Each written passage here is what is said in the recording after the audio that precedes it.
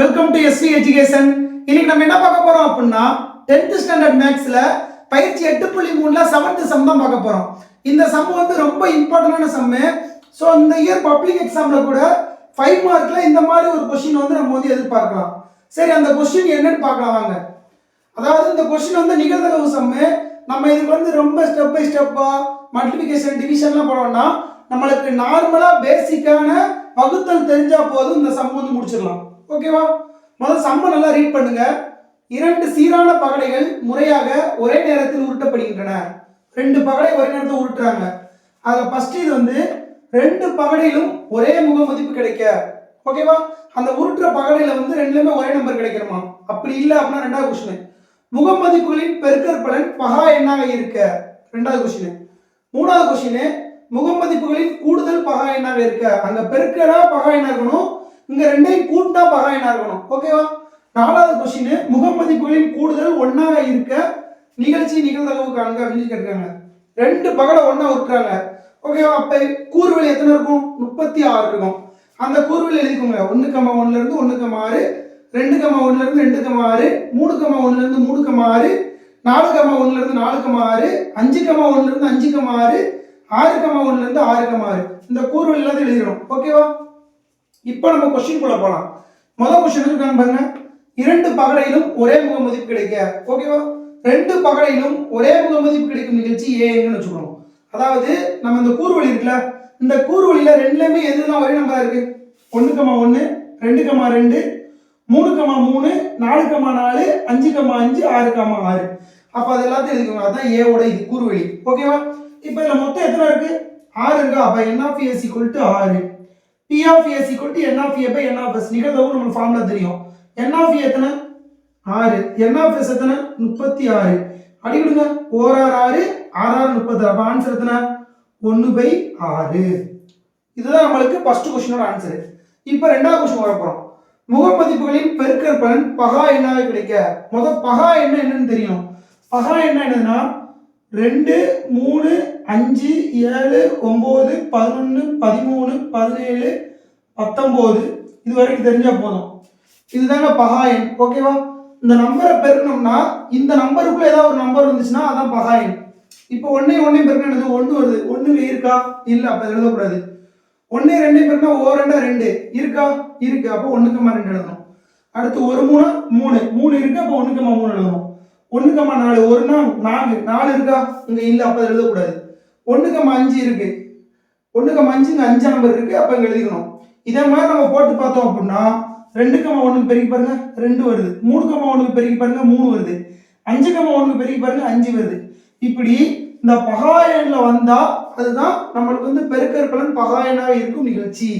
இப்ப 4 3 பெருக்கி பாருங்க. 4 3 12. இங்க 12 இருக்கா? இல்ல இல்ல. அப்போ அது வந்து பகு எண். ஓகேவா? இப்ப மொத்தம் எத்தனை இருக்கு? 2 4 6. இதுலயும் 6 தான் இருக்கு. அப்ப n of b எத்தனை? 6. p of b is equal to n of b by n of s. n of b எத்தனை? 6. n of s எத்தனை? 36. இப்ப அடி விடுங்க. 4 6 6 36. அப்ப ஆன்சர் எத்தனை வரும்? 1/6 வரும். இப்போ முக மதிப்புகளின் கூடுதல் பகா எண்ணாக இருக்கும் நிகழ்ச்சி அப்படின்னு சொல்றாங்க. கூடுதல் பகா எண்ணா நம்ம நிறைய வரும். அப்ப என்ன செய்யலாம் அப்படின்னா இதெல்லாம் கூட்டி எழுதிக்கோங்க. 1 1 கூட்டினா 2 1 2 3 1 3 4 1 4 5 6 7 3 4 5 6 7 8 4 5 6 7 8 9 5 6 7 8 9 10 6 7 8 9 10 11 7 8 9 10 11 12. இப்படி இந்த 2 நம்பரையும் கூட்டி மேல எழுதி வச்சுக்கோங்க. இது ஏன்னு சொல்றேன் பாருங்க. கூடுதல் பகா எண்ணா கிடைக்கிற நமக்கு பகா எண்ணா தெரியும். 2 3 5 7 9 11 இதுக்குள்ள வரணும். ரெண்டாம் நம்பர் எங்கெல்லாம் இருக்கு? இங்க ஒரு ரெண்டாம் நம்பர் இருக்கு. 2 3 5 7. ஓகே, வேற இந்த இடத்துல 3 5 7. இங்க 5 7. இங்க 5 7. இங்க 7 11. இங்க 7 11. இப்போ நான் வட்டம் போட்டிருக்கேன் பாத்தீங்களா? இந்த வட்டம் போட்டதை மட்டும் எழுதுங்க, அவ்வளவுதான். 1,1 இருக்கா? இருக்கு. 1,2 எழுதணும். 1,2 1,4 அப்புறம் 1,6 இந்த மாதிரி வட்டம் போடுறதுலாம் மொத்தமா எழுதுங்க. அப்படி மொத்தமா எழுதுனீங்க அப்படின்னா மொத்தம் 15 இருக்கும். அப்ப n ஆஃப் சி எத்தனை? 15. p of C n of C by n of s. n of C எத்தனை? 15. n ஆஃப் s எத்தனை? 36. அடி விடுங்க. 5 3 15, 12 3 36. அப்ப ஆன்சர் எத்தனை? 5/12. ஓகேவா? இப்போ லாஸ்ட் क्वेश्चन. முகமதிப்புகளின் கூடுதல் ஒன்றாக இருக்கும் நிகழ்ச்சி. முகமதிப்புகளின் கூடுதல் ஒன்றாக இருக்கும் நிகழ்ச்சி வந்து dn ன்னு வெச்சுக்கோங்க. ஓகேவா? இப்போ ரெண்டையும் கூட்டி பார்த்தா 1 வரும்னு சொல்றாங்க. இருக்குதுல எது சின்னது? 1,1 தானே. இந்த 1 கூட்டினா எத்தனை வருது? 2 வருது. ஆனா அவங்க வந்து கூடுதல் ஒன்றாக இருக்கும் நிகழ்ச்சி மட்டும் எடுக்க சொல்றாங்க. அப்ப எது வருமா? எதுவுமே வராது. எதனாலும் கூட்டி பாருங்க 1 விட அதிகமா தான் வரும். அப்ப நம்மளுக்கு வந்து கூறு வெளியே கிடையாது. அப்ப n ஆஃப் d வந்து எத்தனை? 0. p of d n of d by n of s. n of d வந்து 0, n ஆஃப் s வந்து 36. அப்ப ஆன்சர் என்ன வரும்? 0. இவ்வளவுதான் இந்த क्वेश्चन. இந்த क्वेश्चनல உங்களுக்கு வந்து முகமதிப்புகளின் கூடுதல் பகா எண்ணாக இருக்க, முகமதிப்புகளின் பெருக்கல் பலன் பகா எண்ணாக இருக்குன்னு சொல்லுவோம். இதுல நமக்கு பெருக்கல் பலன் வந்து ஈஸியா போட்டுருவோம். கூடுதல் வந்து ஈஸியா போடுறதுக்கு நான் வந்து ஒரு ட்ரிக் சொல்லி கொடுத்துருக்கேன். இந்த ட்ரிக்கை வந்து ஃபாலோ பண்ணுங்க.